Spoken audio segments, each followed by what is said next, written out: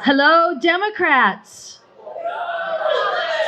Hello, Democratic Party of Sandoval County. Would you all please stand and join me in the pledges and land acknowledgement? I pledge allegiance to the flag of the United States of America and to the republic for which it stands, one nation, under God, indivisible, with liberty and justice for all. I salute the flag of the state of New Mexico, the Zia symbol of perfect friendship among united cultures. Please remain standing for our land acknowledgement. We recognize that Sandoval County is located on the ancestral land of Indigenous people.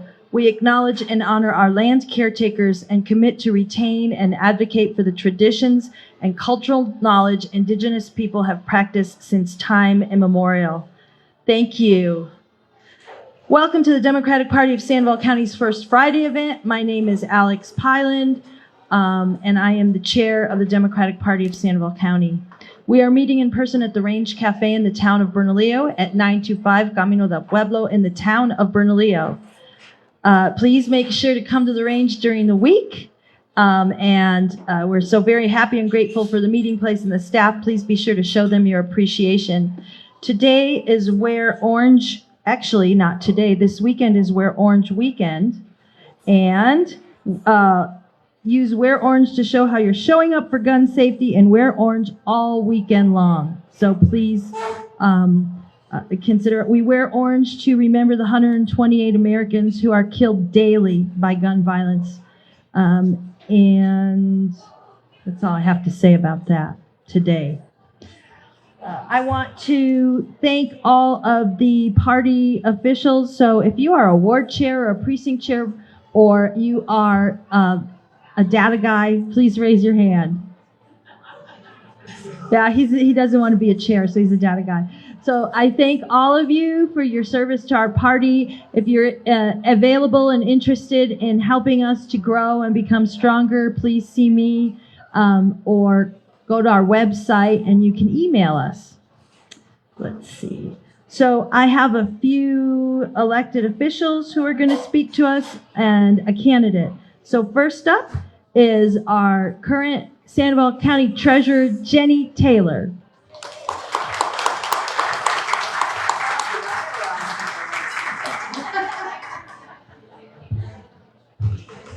Good morning, everybody. It's wonderful to see all of you today. As Alex just stated, I'm the current county treasurer for Sandoval County, Jenny Taylor. And first, I want to just start off with a little bit of good, positive news coming from my office. This is business first, right? So currently, I am pleased to say we just completed our 2022 tax collections. And we have some preliminary numbers that we've looked at this morning. It looks like we are slightly higher than this time last year. Last year we were at, for the 2021 taxes, we had collected 96.1%. This year we've collected 96.5%. So we are really making up, we're exceeding that, I'm very happy to say. Our 10-year collection rate is also slightly up. So it's all thanks to the amazing staff that I have, and of course all of you wonderful taxpayers for paying your taxes. So thank you. Yes, yay to our taxpayers. So good job, everyone. Also, I wanted to let everybody know, I'm sure you've already heard, but as a reminder, next week we have our state delinquent property auction taking place at Bernalillo High School starting at 10 a.m. on Tuesday, June 6th. It's going to be a 3-day event. This is the first auction that Property Tax Division has held since November 2021. In November 2021, they were only auctioning 9 properties. This year, they're auctioning around 260 properties. So it's going to be June 6th, 7th, and 8th, Bernalillo High School Gymnasium, beginning at 10 a.m. The list of properties, if you all are interested in seeing what is going to be auctioned off, is available on our page, the treasurer's page of the county website, as well as the property tax division's page under the tax and revenue department website. And like I said, you'll have a full listing broken down each day that those properties will be auctioned off. So that, and the last order of business I wanted to bring up is I'm sure you've already read in the paper, I am going to be implementing a new program coming out of my office called the Junior County Treasurer Program. And this is my attempt to try to get young people involved in local government. And as you probably already know, a lot of our young people have zero interest in government at all. But this is a way I kind of piggybacked off of another county in Tennessee. I called them, of course, to get all the information. I told them, would you mind if I kind of take this idea and run with it? And they said, absolutely, go for it. So I am going to start in the fall semester. One junior, one high school senior will be selected, and they will come on. They will have, I think, a list of 5 activities they're going to have to perform in. Their final activity they will have to perform a mock Board of Finance meeting. And yes, it's going to be hands-on, and this is exciting for me because I really want them to see what it is to be a county official, especially a county treasurer, and really how important our role is to the county. So again, look on our website, our page on the county website for more information. Last thing I want to bring up is more on a personal note. I announced my reelection last month. Thank you to everyone that was able to come out to Cactus Brewery to help me. Again, I'll be having another event coming up in the fall. I will give everybody the announcement, and social media is on. I'm asking for donations already. I want to hit early before everybody else does. Jenny Taylor for Sandoval County Treasurer, JT4T 2024 on Instagram. Thank you so much, you guys. Thank you so much, Alex. I appreciate it. Thank you, Jenny. I want to give a quick shout out to Vice Chair Suazo, who's here. Hey! Thank you. I want to remind everybody that our Vice Chair and a dear friend of mine, Leah Aki, wrote our land acknowledgement. So mil gracias for that. Next up is, come on down, right? This is the Price is Right. Representative Kathleen Cates is going to talk to you for a few minutes. Thank you. For those of you who may not know me, I'm your state rep, Representative Kathleen Cates, and I'm in District 44, all of Corrales, parts of Rio Rancho, and the northern part of Albuquerque, which is north of Paseo del Norte. I will let you know that I'm making my phone calls and I'm starting my campaign early because I know next year we're all going to be talking about the presidential race. And I also know that the opponent that I gladly took her seat that she had for 20 years is still sitting on $100,000. So I am out there trying to shake the trees. If you know of a place, or if you're a precinct chair and you'd like me a tea with Kathleen, please set it up. I'd be glad to come and meet with 8 of your neighbors or whatever. It can be small, it doesn't have to be a large thing, where we can talk about it. I wanted to let you know that my interim committees this summer are water, transportation, Health and Human Services, Mortgage Finance Authority, and the Finance Authority Oversight. So I have 5 interim committees. So I'm letting you know that, I'm out there, I'm working on different housing ideas, ways of recruiting, retaining medical providers in our health crisis here in the state. This month, I've done a lot of different events. I've gone to obviously all the Memorial Day events, but also our fallen officer events. And so if something like if that sparks an interest or you want to talk about something further, please reach out to me. I mentioned the water committee. That's the most important one. I'm on the water committee as well. I'm on my standing committee for water and on interim. Same with Health and Human Services, those 2.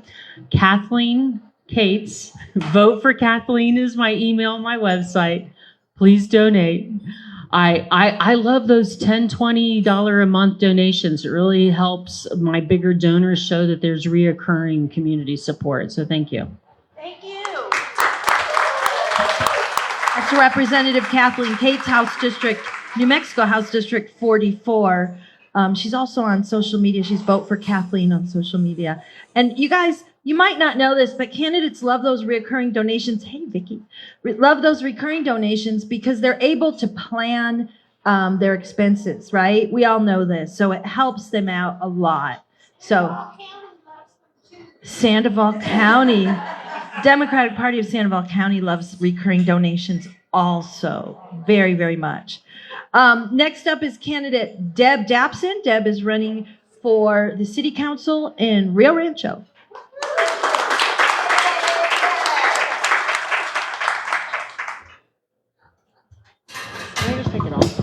I'm just going to take it off. It's easier. Hey, everybody. I'm Deb Dapson. I'm running for District 1, City Council, Rio Rancho. I am a small business owner. I have been in leadership in Democratic Party, both as a precinct chair, ward chair, and as president of the Federation of Democratic Women. I've also been a president in other board positions in civic organizations like Kiwanis and professional organizations like the Association for Women in Communication.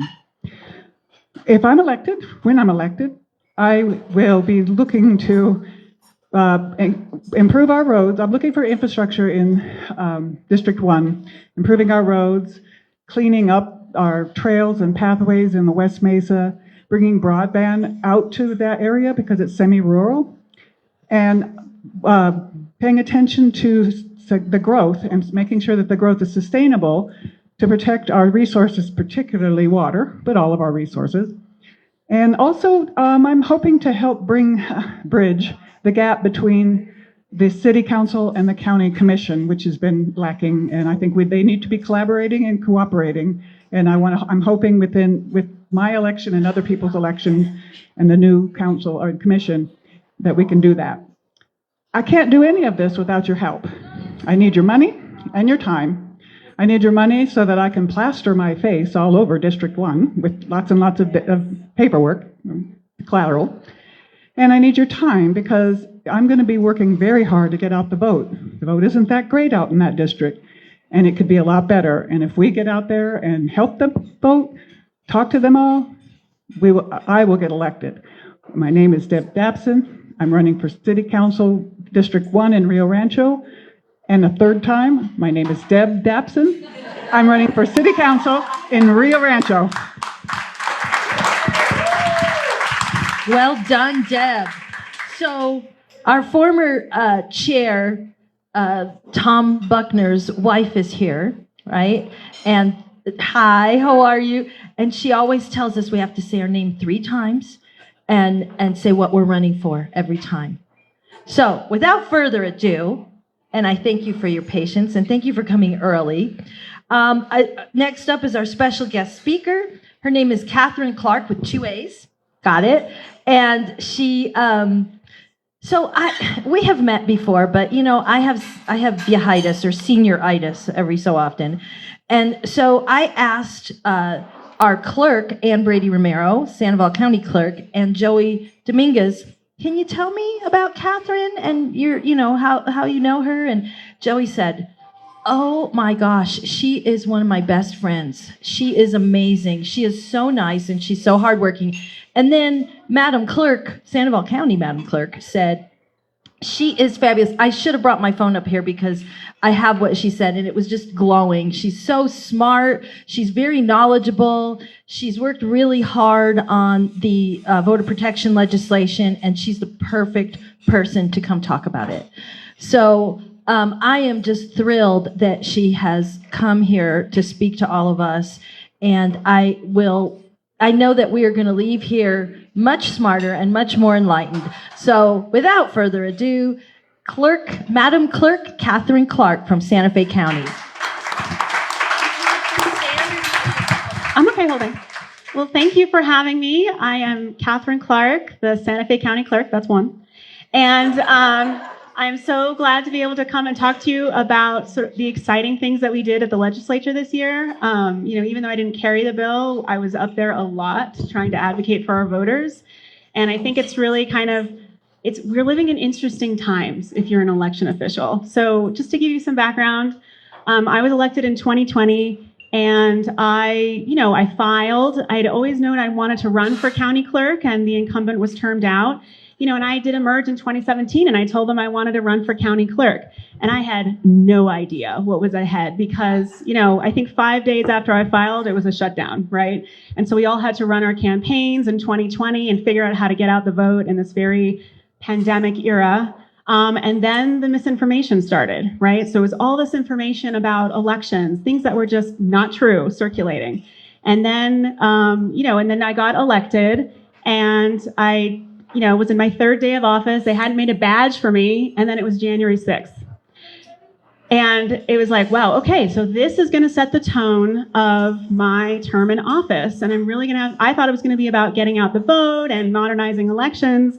But in fact, we are in an era of misinformation. So I have gone from having to be an election official to someone who is now someone who is a misinformation expert, right? And so we are dealing with significant challenges as election officials. But I will say that in New Mexico, we are going the right direction. So all over the country, we're seeing people demanding that people have photo ID, making it harder for folks to vote. But in New Mexico this last session, we have made it easier to vote. And so we should all be very proud that we live in New Mexico. So let's talk a little bit about what we did pass. So there was a bill, SB 160, that was the administrative bill. And the clerks had some wish lists because as we've modernized elections, we don't have books anymore where everyone signs in and that's the voter roster. We have digital voter rosters, but we were requiring that we not process voter registrations until well after the canvass and the recount, meaning that all of these voter registrations were piling up in our digital queues waiting to be processed. So in SB 160, which is the administrative bill, the clerks were able to open the books right after Election Day. So basically the Monday after we finish our canvass, we can start processing registrations again, which means that people won't have to wait 3 or 4 months to get their voter registration. Another important change is that we can now pay election officials up to $400 on Election Day. I'm sure many of you have been poll workers, and it is very challenging to tell someone you're going to have to get up at 4 or 5 a.m. You're going to be working really hard to protect democracy. You're going to be up for 20 hours, and then we're going to pay you like $5 an hour. How does that sound? And it's really hard. And so we have now doubled the amount of pay that we can pay people on Election Day, and we're hoping that will mean we'll see more poll workers out of the polls. I mean, the reality is yes, it's a volunteer position. We are reimbursing people, but it's a labor of love. And a lot of people after the 2020 period who were our older poll workers, because of the pandemic, didn't want to work anymore. We're seeing a bunch of retirements, right? People are early retiring from being poll workers. It's very stressful. There's a lot of scrutiny. There's been some abuse, I have to say. And so not being able to pay people at least a fair wage or to reimburse them for all of that time felt very unfair. So we're very grateful that has now passed. And we've also changed some of the absentee timelines. So in New Mexico, you used to be able to request a ballot up until the Friday before Election Day, which set up our voters for failure because we know in some of our rural areas, essentially you would be at a disadvantage, right? Every voter should be treated the same.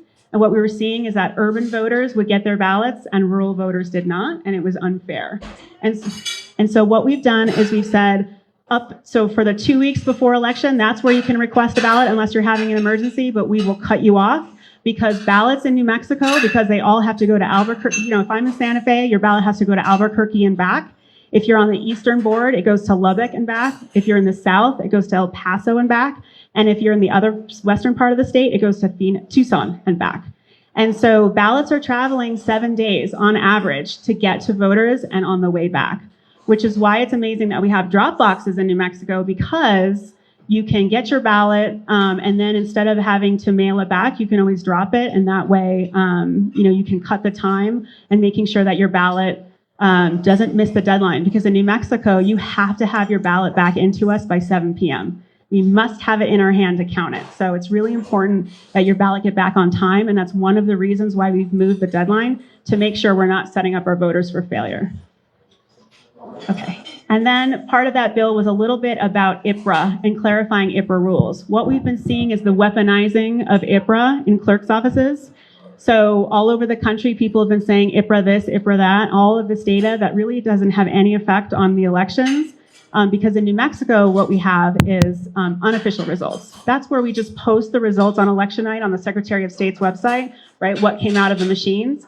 But where we actually have the results, or the official results, comes from the canvass. And that's where we check every single vote during the canvass and then certify that election.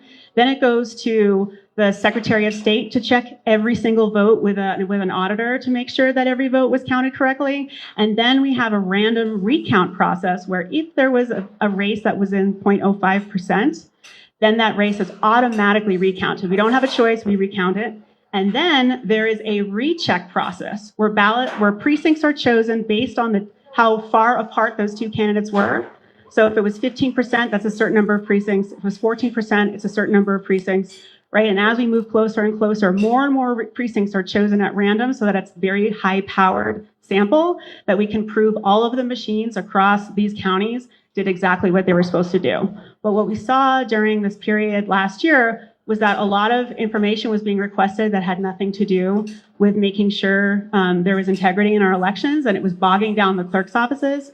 So the legislature, in their wisdom, and also our county attorneys, our sheriffs, they're seeing tons and tons and tons of IPRAs, which is in a way being weaponized to make sure that it's very difficult for us to get our job done. And so those IPRA rules were fixed in SB 180. Yes, ma'am. IPRA, it's basically an information request. So it's a public information request. So FOIA is the federal one. In New Mexico, it's IPRA. Okay. So then there's HB4, and that was the Voting Rights Bill. And that was an important piece of legislation because it really has recognized the challenges, the unique challenges that our tribal voters have. So in New Mexico, if you are living on a tribe, sometimes you never get the mail. And it's very challenging to have your mail delivered to you. So if we are going towards having more absentee votes, then it's going to put our tribes at a disadvantage. And the Voting Rights Bill recognized that this was a reality and said that if you are a tribal member and you are requesting an absentee ballot, you can request that absentee ballot go to tribal government building, so that way they can help distribute your ballot to you. Because what we are seeing in certain parts of the state is that the ballots are just never getting where they're supposed to be going. It's very hard. The Postal Service data and our voter information data, and sometimes they don't talk nicely to each other. And so what we were seeing is that tribes definitely had a significantly less turnout when it came to absentee because they were reporting not getting those ballots. So we have fixed that. We also have now an appeal process. So if you're living in New Mexico, your county is supposed to have at least 2 drop boxes from now on. And if you are an entity that wants a drop box, we now have a formalized appeal process, right? So it used to be you would ask your clerk would say no, and then that was the end of it. But now we have an appeal process. So if you are a tribal entity, if you are you're a certain community and you want to have a drop box for your absentee ballots, if the clerk says no, you can appeal to the Secretary of State, and the Secretary of State will then weigh the distance between other ballot boxes and look at whether or not you're a community that needs a box. And if they deem that you need to have a box, they will put a box in for you. So there's a way now for people to be able to get a box if they were unable to do so in a previous process. What's also important about HB4 is that we have now created a permanent absentee list. So if you like voting by absentee, you now can put yourself on the list, and we will send you an absentee ballot every election. But there are some, yay, right? I have so many voters who are like, well, I requested one last time. I said, I know, but you have to request one this time too. So, and we call them and we tell them, okay, because we have those voters we know are going to request every time. But it's very nice is that in this bill, and it won't take effect until next year, but essentially you put yourself on a permanent absentee list. If we get undeliverable mail, if you move, if there's some ping that we get that we sort of say, hey, you probably don't live there anymore, then you get taken off the list and then you have to put yourself back on. So there are checks and balances, but it is going to make voting much easier by absentee. In Santa Fe County, we have the highest proportion of folks who vote by absentee, and we have a nearly 95% return rate of those who did get their absentee ballot. And so, we love absentee voting in Santa Fe. We have the most drop boxes per person in Santa Fe, 6 of which are ADA compliant, meaning you don't even have to get out of your pajamas to go cast your ballot, right? You can go at 2 a.m. and cast your ballot when the ballots are when the drop boxes are open. So we very much like that law. And another thing that's really important about HB4 was the. I'm gonna take my notes.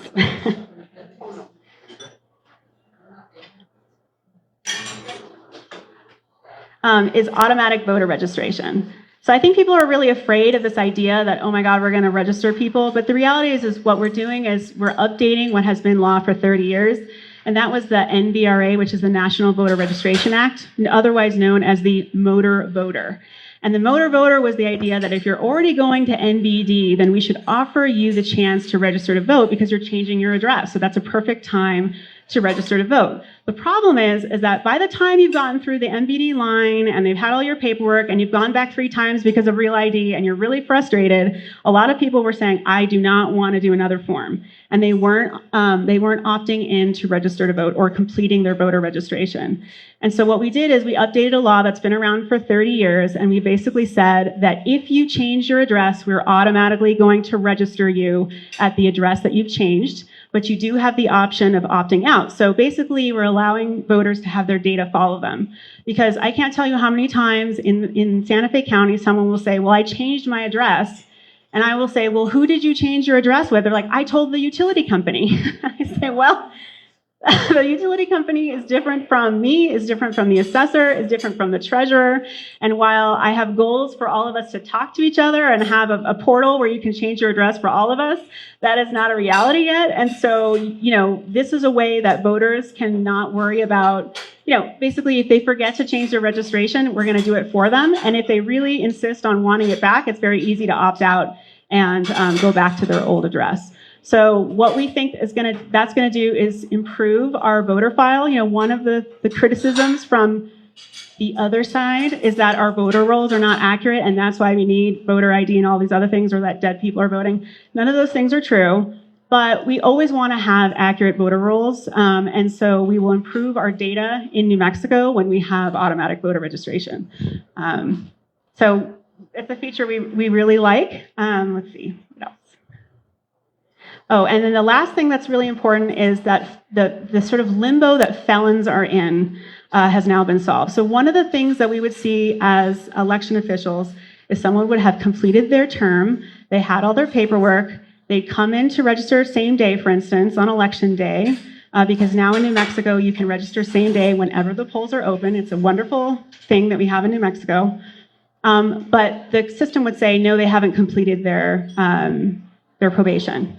And so we would spend election day trying to chase down a parole officer or call Department of Corrections and try to figure out why, even though they had this piece of paper saying that you could register, the system was not letting them register. So now in New Mexico, we've changed that where we don't have to do paper chasing. If you appear in person, meaning that you are released from prison, then we will just make the assumption that you have completed what you need to complete and we will register you to vote.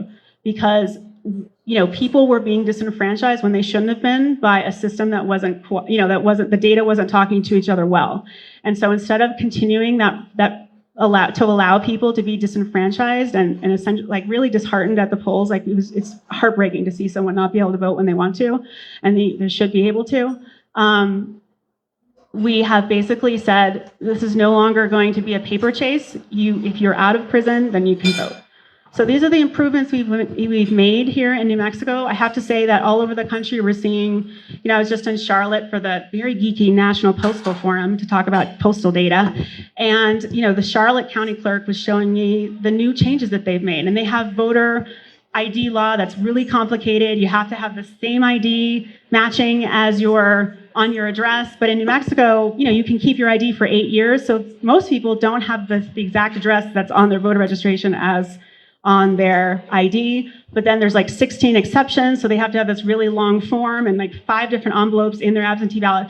Just an incredible amount of complication. That's what we're seeing all over the country. And in New Mexico, we're trying to make things better. We're trying to make things easier. We're trying to make things clearer. So it's better for people to vote, that our voter file is more accurate, right? That it's easier, that, if you decide you're going to go vote on election day at 6:45 and you just bring your lease or your utility bill, you can register and you can vote. That's amazing. And that's one of the reasons why we're seeing very high turnout rates all over New Mexico, right? It's just easier to vote. It's just better to vote. And that we're going to keep on improving. So I just wanted to chat a little bit about what we passed this legislative session. And if there's any questions, I'm happy to answer those. Yes. Can you clarify for me when the automatic registration? Yes. Can you tell me what this card that they receive says? Well, the administrative rule has not been made yet, so I don't know what the card exactly will say, but it'll something like, we have registered you automatically to vote because you visited a motor vehicle department. If you want to opt out of us changing your registration, please send this postcard back. But that won't take effect until 2025 because our current voter registration database is simply not ready to handle an influx of automatic, so you may know that we were having some challenges with same-day registration because we were trying to talk to the motor vehicles database. So we have to fix whatever that data exchange is and have a long runway to do that before we can have automatic voter registration. Okay, it was my understanding in the big House bill that there was a provision for training for observers and challengers, and Yes. I just wondered, did that pass? That did pass. So in New Mexico, for SB 180, if you are a challenger and watcher, instead of just showing up to a polling place, you're now going to need to prove that you at least had some training. If you're a larger county, the Secretary of State is probably going to expect the larger counties to do that training because of resource sharing. But if you're in a smaller county, they will very likely have a standardized online training. So, we have taken that to heart and we're going to add more training space in Santa Fe County, and I'm sure Sandoval will too, where we want to make sure everybody has a consistent training and knows what they can and cannot do. In Santa Fe, we've had a few very enthusiastic challengers follow some of our poll workers, like within 3 inches of their bumpers on election day, scaring them. And I've had to explain to them, in Santa Fe County, we actually track all of our ballots with GPS in all of the ballot boxes. I know where my ballots are at every single minute. I can tell you exactly where they are, and I have a fencing system where if those ballots are overdue from the time that presiding judge told me they were leaving the polling site, I will go out and look for them, right? You don't need to follow them within 3 inches of their bumper. Those ballots are not going anywhere. So we actually had a system where we were giving them a letter and a you can do this and you can't do that to make sure that everyone was on the same page. What I like about this training program is that that's just going to be the expectation now all over the state. You will take a training and you will know what your responsibilities are as a challenger, right? Because challengers play an important role. They are an independent observer. They're supposed to be part of this multi-party system where we're all making sure we're doing the right things to protect democracy, right? So very important. Okay, my question is about the ballot boxes. Yes. And you said each county has to have at least 2 ballot boxes. Mm-hmm. And I know we had a problem here in Sandoval County because I don't know who the people are that approved the ballot boxes, but the county commission, who are not nice people. But 2 of them are. We have 2 nice ones and 3 asses. But anyway, my question is, who does the appeal go to and where does it come from? It goes to the Secretary of State. So Okay. if you do a formal request to your county clerk and your county clerk says, my commission won't approve another one because we have to spend time and money putting it, whatever the reason is, then you can appeal to the Secretary of State, and they will have a formal process that then you would do the appeal. Okay, so I could say, we need a drop box in Corrales, where I live. I don't even know if we have one. I go.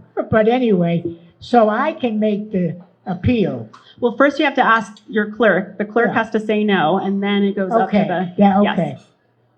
Thank you. There you go. Hi. So in some other states, they send out booklets that show, Yes. the bills, they show the candidates, they have candidate statements. Wouldn't that be nice? Yes. Any chance that we could get something like that, even if it's just like a digital version? So right now, we are a very top-down state in New Mexico. So one of the things the clerk's always hesitant to do is sort of create that and then be accused of bias. So the other, because all of our election materials have to come and be approved by the Secretary of State. That's why, like, when you have city elections and you're in the election code, it actually has to, like, anything you're handing out at the city level, if you're within the regular local election, all of that has to go to the Secretary of State for approval, right? But they have to sign off on it. And that's so that there's consistency and same information. What we really, is similar to what California does, is they actually have a multi-partisan sort of board that develops those materials and then sends out those booklets. But so far, the legislature has not done that. I mean, that would be something to consider passing, and I think the clerks would welcome it. There is Vote 411, which is run by the League of Women Voters. But, one of the realities about our referendum process is that the exact title of the bill at the legislature is what appears on the ballot. And I don't know if you are, average people do not speak legislator. And it is very hard to understand sometimes what those bills are actually asking about. But because we don't have a formalized process where, someone is trying to make it at so like they always tell us in campaigns, make your material a 5th grade reading level, because that is the average voter, right? You want to make it accessible for people. You want people to understand. And that is an accessibility issue, actually, in New Mexico, is that the bills that are at the legislature are not necessarily worded for the average voter. So, one thing to improve, I would support, of course, is that there would be a commission, multi-partisan, that would decide what is a layman's interpretation of that information, so it goes on the ballot, it's easy to understand. Obviously, it would have to be bilingual, because we're a bilingual state. But that hasn't happened yet. So there's actually a device on most word processing programs where you can find the Lexile. Yeah. Okay. So it's easy to do. Yeah. And I do want to point out to everybody that the Democratic Party of Sandoval County does print out voter guides, but they're printed at our expense. So we were able to print out 5,000 for the last election. We have 100,000 voters in our county. Yeah. So just FYI. Next, where'd she go? Oh, there you go. Oh. Hi, Catherine. Thank you for coming to Sandoval. Thank you for having me. And I'm aware you are running for re-election in Santa Fe County. Yes. Eventually, our current Secretary of State will be termed out. Do you have future plans? Right now, I have to focus on re-election. So, Kathleen, did you have a question? No? Okay. So you're running for re-election in Santa Fe. In Santa Fe. And you're non-committal about running for the Secretary of State's position. Okay. Yes. You're not saying yes, but you're not saying no. I just want to, right? And she's here, guys. She came here to us, just saying. Yeah, I think, any more questions? Anybody? I really love nerdy election questions. So. All right, I have one question, and I don't know how nerdy it is, but my question would be, what didn't pass, or what would you like to see pass to make voting more accessible for New Mexicans? Well, so one of the things I think, so I have a Democracy 101 program in my county. We actually won a national award for it from NACO, and what it is we go into the high schools and we bring a tabulator and we say, here is how tabulators work. This is all this information you're hearing about them, but we're going to actually show you, we're going to print the zero tape, we're going to show you how it tabulates, we're going to show the exact number of ballots in the machine, matches the tape, right? And they get what's called an ice cream ballot, a very very controversial topics like your favorite season and your favorite day of the week. And then they vote and they get to do the whole process. And what's really wonderful about that is, what we know about young voters is if they vote once, they're very likely to vote again, and they're very likely to become lifetime voters, is what we want. But unless they have that experience where they know that voting is easy, right? Just no big deal. It's easy. That's not intimidating. People are there to help you. You may not see people at the polls until they're 30, right? And it's too late because they don't have housing and good schools at that point, right? So what we need is we want people to vote, right? We want people to to turn out, and we want to make sure that everybody, even if you disagree with them and will fight against whatever they believe, are voting in that voting booth next to you, right? So Democracy 101, and what we would like to see is there's some money going to clerks for a civics education program so that people really don't hear what the internet is telling them about how democracy works, how elections work, but that your county clerks, even Republican clerks, because they're really interested in this too, and believe me, this is a bipartisan thing. They want to go to their high schools, they want to educate people, they want to battle the misinformation they're seeing. I mean, we have 33 county clerks in New Mexico that fight very, very hard to make sure that elections are fair and secure, and they do not like the misinformation that is circulating in the ether. So that's one thing. The next thing is that we have UOCAVA voters who have to vote by, we send them an email, and then they have to figure out how to print that ballot. And sometimes I get those ballots in like 5 different pieces, or by cell phone because it's in the bottom of a submarine, because that really where is the person is voting, and they came up to like send it via satellite back to me, and it's a mess. And so we would like to have better chain of custody for UOCAVA ballots, so it's easier to prove that if that person voted, we have the exact ballot that came across. I'd like to see more auditing capability, make it easier for us to have data available from those audits in a more unified process. I would like to see, personally, I think that you should not be disenfranchised when you are in prison. Right now, when you are in jail and you have been yet to be convicted, so even people who have not had the conviction, most counties do not allow them to vote. There are other places where, like Cook County has this famous program where they go into the jails, local jails, and allow people to vote who have not yet been convicted, meaning that they are still eligible to vote. But you will see that in most places in the country, if you're in jail and you are there on election day, you don't get to vote. And that's really actually unconstitutional. They should be able to vote. So we need to fix that. And the way that our election code is written, all polling sites are voting convenience centers. So we do need a carve out for places like elder care facilities where people can't leave and public can't come in, and also our jails, so that way that certain populations that can't leave their facilities can vote, so that we're not disenfranchising people who should normally be able to vote. Excellent. I just want to point out, Cook County, Illinois, right? Cook County, That's Illinois. where I was born. Okay. Is that really fair? Because aren't most convicted criminals Republicans?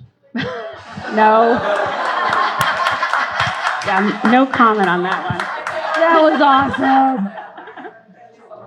Yeah. All right. Any more questions? Well, I thank you so much for coming out to speak to us. We really appreciate you. Can we please give another round of applause for Madam Clerk Katherine Clark? That's just fun to say. So Katherine Clark, County Clerk of Santa Fe. I think is that twice or is that 3 times? Did I do it 3? Do one more time. Oh, yeah. And just to make sure, Katherine Clark, the Santa Fe County Clerk, thank you so much for having me. And what's your website? My website isn't up, but it will be Katherine Clark NM as in New Mexico.com. Excellent. Thank you so much. Oh, I need my notes. I'll forget. So, that was wonderful. Very informative. We are currently getting people together. Ann Brady Romero, our county clerk, and Joey Dominguez, our deputy county clerk, have put an initiative together for a board of, what's it called, Vicki? Board of Registration. Board of Registration. And so they are inviting people from, no more than 2 people from a party is what they're saying, to volunteer to meet. And the first meeting is the 28th of June, I think. Yeah, it's the 28th of June. And Vicki Gottlieb has graciously and wonderfully volunteered to be on the Board of Registration. And we need 1 more person to do this. So if you're interested, please let me know. If you go home and you say, you know what, I should do that, you can reach me from the website. There's a phone number there, and my email is there, chair@sandovalldemocrats.org. You'll have a good time. You'll have a good time. Yeah. So, and I suspect people will be very nice. So that'll be good. So let's see, announcements. First of all, I did hear, let me give you an update on the book banning. At the Rio Rancho Public Libraries, So those of you, does everybody know what happened with the book banning? This group, mass hysteria, the mass resistance, I just call them mass hysteria, and Moms Against Liberties, your personal liberties. Anyway, they are protesting certain books at the Rio Rancho Library, and they happen to be LGBTQIA books, okay? So we turned out and said, no, these books have to stay in the library because we are against book banning because, First Amendment, hello, right? So we turned out at the city council meeting 3 times, and the city council did the right thing, and they upheld the library's authority, and so they said, yes, we support our librarians, and we support that they are using national standards to determine what is in their library, okay? So they are against censorship, our librarians, okay? And it turns out, so is the Rio Rancho City Council. How about that, right? People freak out on that one. So anyway, we know that these groups are going to turn out, these hate groups are going to turn out on June 12th at the board meeting. I did hear a rumor that the board meeting was changed, but I went on the website and it says the second Monday in June. So that is June 12th. The meeting starts at 5:30. If you could get there at 5 or 5:15, well, that'd be great. Our plan is we are going to turn out in our pride gear. We're going to have, hopefully you'll make a poster that, says thank you librarians. And we are going to go and speak at the library board meeting. And we're going to say thank you for upholding the First Amendment and not backing down against these hate groups. We don't want that in Rio Rancho. We don't want that anywhere in our county. And it affects all of us. To me, I moved to Rio Rancho in 1996. And one of the best things about Rio Rancho is its libraries. And certainly the Loma Colorado Library is my favorite. It's just so beautiful, so beautiful. So if you can turn out June 12th, 5:15, wear your pride gear, have a poster, come inside, talk to the board, say thank you for everything. We know that they're going to turn out, and we suspect, we just heard, thank you, that they're planning on putting tables outside. The hate groups are going to put tables outside, and they're going to talk to people going into the library to try to discourage them from entering the library. Because you know why? Because knowledge is dangerous, right? So they don't want our children to be educated. They don't want, because this is a slippery slope, guys. And they're attacking this one specific group because they think it's easy prey in Rio Rancho. Let's show them that it's not. Okay, so next up, and this is a fun one. Okay, so yay, that one was an angry one. This one's a fun one. Juneteenth. Last year at Juneteenth, it rained.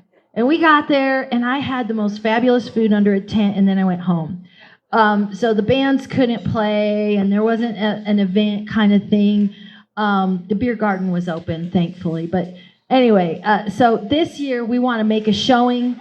So if you could please turn out and wear your Democratic Party of Sandoval County t-shirts. Stand up, Karen and Tweety, and show everybody those beautiful shirts you're wearing.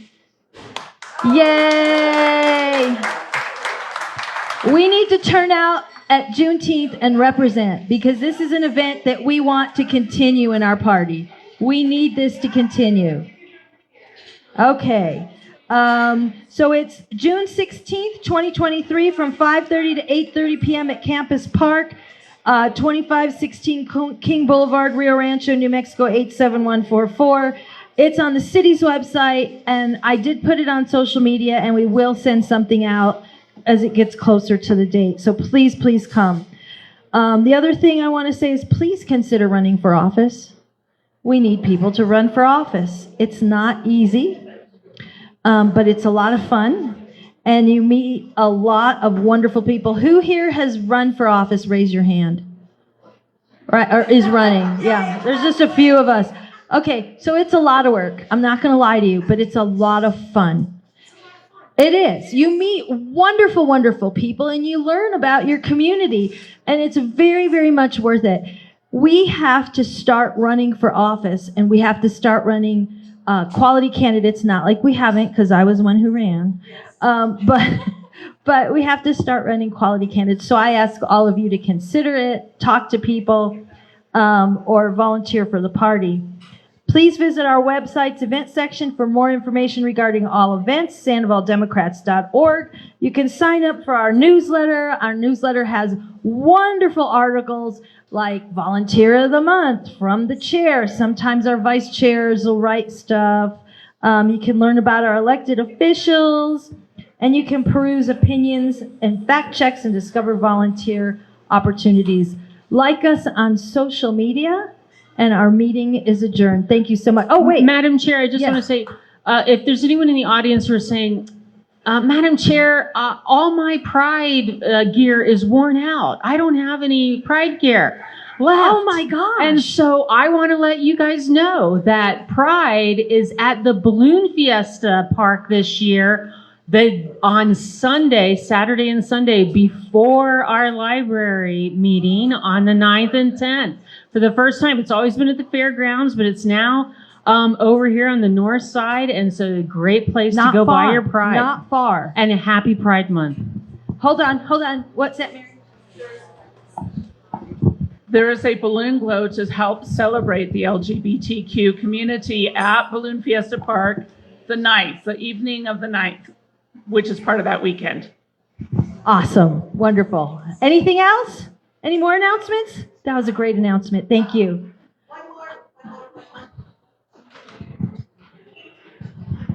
Gawatsi Helpa. Hello, everybody. I just wanted to make an announcement. For the first time in 3 years, the Pueblo of Sandia is going to be open June the 13th. It's their feast day. Now, being that you're going to have a card to probably get through the gates, but I just wanted to make sure that everybody knew. I'm also going to be working on getting our Sandoval County a table there so that we can pass out some information and hopefully register some voters. But I just wanted to make sure that you all know that Feast is going to be open at Sandia this year. Thank you so much. Who here has been to Feast before? It's amazing. You got to go. You got to go. And we are going to be putting all of the feast days on our calendar eventually. We're getting there, I swear. So yes, and it's Greg Bennett and I are going to be there, and of course Tweety will be there, and we're going to be doing shifts. So if you're interested in joining us, let us know. We're printing some stickers to give out, and we'll have voter reg there and all that fun stuff. Anything else? This is great. All right. Well, thank you so much. Have a good day.